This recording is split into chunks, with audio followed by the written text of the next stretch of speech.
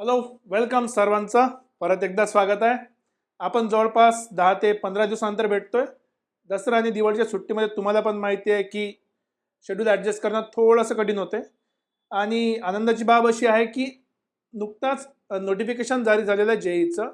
शक्यतोवर JEE मेन्सच्या रजिस्ट्रेशनची date येणाऱ्या November महिन्यामध्ये सुरू होतील. तर तुम्ही एकदम जोमानं जेईच्या प्रिपरेशनसाठी लागून जा आणि त्याच पद्धतीनं आपण पण आपली प्रॅक्टिस सुरूच ठेवूया. आणि माझा एक थोडासा असा विचार असा आहे की विकेंडला एकदा तरी एक प्रत्येक चॅप्टर वाईज एक फुल लेंथ सिरीज आपण लाईव्ह करूया. जर शक्यतो जमलं तर तुम्हाला आवडेल की नाही ते फक्त कमेंटमध्ये सांगा एकदा. आणि आपली जी सिरीज कंटिन्यू सुरू आहे ज्यात स्पेशल टॉपिक आपण कव्हर करतो प्रत्येक चॅप्टरशी रिलेटेड. यावेळेसचा आपला चॅप्टर होता क्वाड्रॅटिक आणि आज आपण शिकतोय कॉमन रूटच्या कंडिशनला सॉल्व्ह करायच्या पद्धती. बघा, आजचा क्वेश्चन सोपा आहे की find the value of b for which the equations. हे पहिलं इक्वेशन आहे, दुसरं इक्वेशन आहे. सो एकदा आपण इक्वेशन लिहून घेऊया. पहिलं इक्वेशन आपलं आहे x square plus b x minus 1 equal to 0. दुसरं इक्वेशन आहे x square plus x plus b equal to 0. या दोन इक्वेशन मध्ये म्हणते 1 कॉमन रूट आहे आणि आपल्याला फाइंड करायची व्हॅल्यू ऑफ बी. आता बघा, इम्पॉर्टंट पॉईंट काय आहे, आपण कंडिशन ऑफ कॉमन रूट बघितलेल्या दोन्ही कंडिशन. पण दोन ऑप्शन आपल्याकडे नेहमी लक्षात ठेवायचे की ज्यावेळेस आपल्याला रूट्स काढायचे असेल तेव्हा आपल्याला दुसरी मेथड वापरायची आहे. कुठली कॉमन रूट काढायची मेथड यूज करायची आहे. मेथड फॉर रूट्स कुठली येणार आहे ती मी नेक्स्ट मध्ये तुम्हाला सांगणार आहे, नेक्स्ट क्वेश्चन मध्ये. Method for roots. आणि जर तुम्हाला विचारलं व्हॅल्यू ऑफ बी तर व्हॅल्यू ऑफ कोएफिशियंट विचारला आपल्याला. व्हॅल्यू ऑफ कोएफिशियंट जर विचारलं असेल तर आपल्याला सिम्पली आपला रूल यूज करायचा, जो रूल मी तुम्हाला सांगितला होता लास्ट लेक्चरमध्ये. रूल काय एकदम सिंपल आहे की जर आपल्याकडे दोन इक्वेशन असेल, सपोज कुठले इक्वेशन, एक इक्वेशन आहे a1 x square plus b1 x plus c1 equal to 0.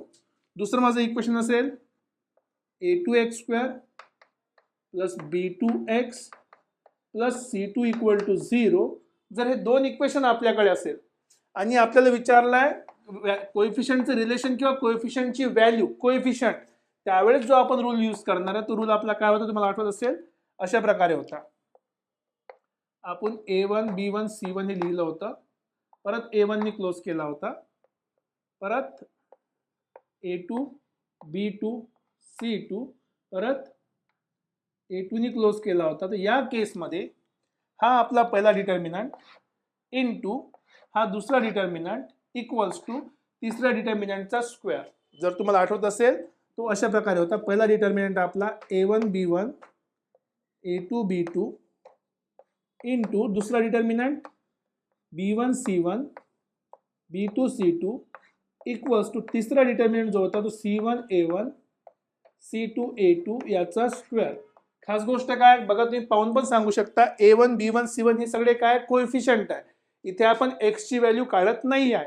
म्हणजे ज्या वेळेस आपल्याला कोएफिशियंटचे रिलेशन पाहिजे किंवा कोएफिशियंटच्या व्हॅल्यू पाहिजे त्यावेळेस आपण ही कंडिशन यूज करणार आहे. कशासाठी?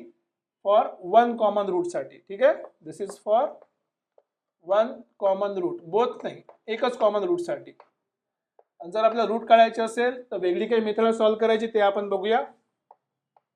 रूट काढताना कंडिशन असेल तर हा रूल, जर व्हॅल्यू पाहिजे असेल रूटची तर एक मेथड असणार आहे, ते मेथड आपण बघून घेऊया. तुम्ही तसं पण काढू शकता. आता इथे बस ऑब्झर्व करा, जास्त काही ऑब्झर्व करायची गरज नाही आहे. तुम्ही बघू शकता a1 b1 c1 a2 b2 c2. फक्त कंडिशन व्हॅल्यू पुट करायचे. मी डायरेक्ट लिहितो, बघून तुम्ही कम्पेअर करून लिहू शकता. सो पहिला डिटर्मिनंट काय आहे माझा a1 b1, so therefore 1 b. ठीक आहे, a2 b2 1 आणि 1. ठीक आहे, इनटू दुसरा काय आहे b आणि c, सो b मायनस 1 1 आणि प्लस b इक्वल्स टू आता काय c आणि a. बघा c1 a1, सो मायनस 1 आणि 1 आणि b आणि 1 याचा स्क्वेअर. That's it. बाकी डिटर्मिनंट सॉल्व्ह करणं आपल्याला माहिती आहे. क्रॉस घ्यायचा आहे, क्रॉस घ्यायचा आहे, क्रॉस. ठीक आहे, बस बिल्कुल ही मेथड यूज करायची आहे. तुमचा आन्सर बिल्कुल एकदम simple. 1 into 1, so 1 minus b, b square plus 1. ठीक आहे, राईट साईडला बघा -1 आणि मायनस बी याचा स्क्वेअर आहे, काही हरकत नाही. मल्टिप्लाय करा, हा झाला b square plus 1 minus b cube minus b equals to whole square करा. हा बेसिकली मायनस जर आपण कॉमन काढला तर आपल्याला हा भेटला -1चा स्क्वेअर आणि 1 प्लस बीचा स्क्वेअर. 1 प्लस बीचा स्क्वेअर काय असते, 1 square plus 2b plus b square. Right, simple. सर्व एका साईडला घेऊन या, तुम्ही वाटेल तर कॅन्सल करू शकता. B square cancel, plus one cancel, सर्व एका साईडला घेऊन आलो मी. सो याला तिकडे घेऊन जातो बेसिकली. हा बी क्यूब तिकडे जाऊन झाला पॉझिटिव्ह बी क्यूब मायनस तिकडे जाऊन प्लस झाला, so plus 3b equal to 0. एकदम सिम्प्लिफाय, बी कॉमन काढला, आपल्याला मिळालं बी स्क्वेअर प्लस 3 इक्वल टू 0. आपल्याकडे परत दोन ऑप्शन राहू शकते इथे, एक तर बी इक्वल टू 0 असेल किंवा जे दुसरं उरलं आहे फॅक्टर, तो फॅक्टर काय म्हणते की बी स्क्वेअर इक्वल्स टू -3 किंवा b equals to plus minus √3i. That's it. आता आपल्या ऑप्शनमध्ये चेक करा, प्लस किंवा मायनस √3i आहे. So option number B is the correct answer. या ठिकाणी आपण रूट नाही काढलाय, आपण बी ची व्हॅल्यू काढली, कारण की बी काय कोएफिशियंट आहे. तर तुम्हाला बघितलं असेल, जर तुम्हाला हे लॉजिक लक्षात राहिलं, हा क्वेश्चन 3 ते 4 स्टेपचा क्वेश्चन आहे, हार्डली 15 ते 20 सेकंदाचा क्वेश्चन विचारलं होतं JEE 2011 मध्ये. याच पॅटर्नवर बरेच रिलेशनचे क्वेश्चन आलेले आहे, ते पण आपण बघूया. तुम्हाला समजलं असेल तर लाईक शेअर करायला विसरू नका आणि डेफिनेटली कमेंट करा की एका चॅप्टरवर जर तुम्हाला क्वेश्चन सिरीज लाईव्ह पाहिजे असेल, जे आपण कंडक्ट करणार आहे सॅटर्डे किंवा संडेला पॉसिबली, तर नक्की कमेंट करा, ते आपण अरेंज करूया.